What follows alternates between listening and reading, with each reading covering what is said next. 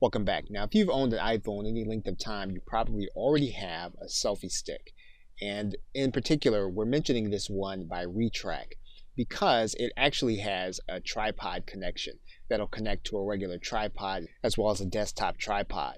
So if your selfie stick already has one and you can connect to a regular tripod, then you will not need this. However, if you don't have one and you can't take your connection and make it fit onto a regular tripod, you're going to need either the Retrack selfie stick or one that's like it in a brand that you prefer.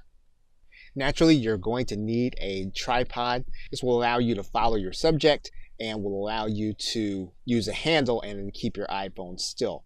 And you're probably going to need something around 60 inches if possible, and that will be versatile enough for you to capture just about every situation when you're going to be using your iPhone in this way. Now, most of your recording is going to take place at a desktop. You're going to need some kind of portable tripod. Now, you're looking at one that will have the tripod adapter that you can use with your selfie stick.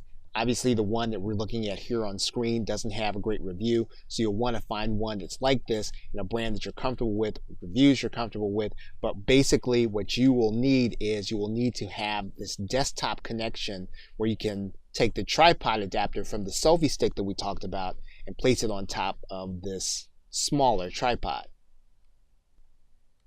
Now, obviously, the setup that we've talked about is the most basic. If you want to do something that's a little more advanced, you can do something like a U-Rig Pro, and this will allow you to hold your iPhone still and allow you to have an external microphone, which we'll be talking about in a later video, and connect that external microphone to your iPhone. Now, if you use a rig like this, you are going to want to make sure that it will sit on top of a tripod so that you do not have to hold it in place for every shot you're going to be taking, especially if you're going to be recording video of a subject and doing anything else at the same time.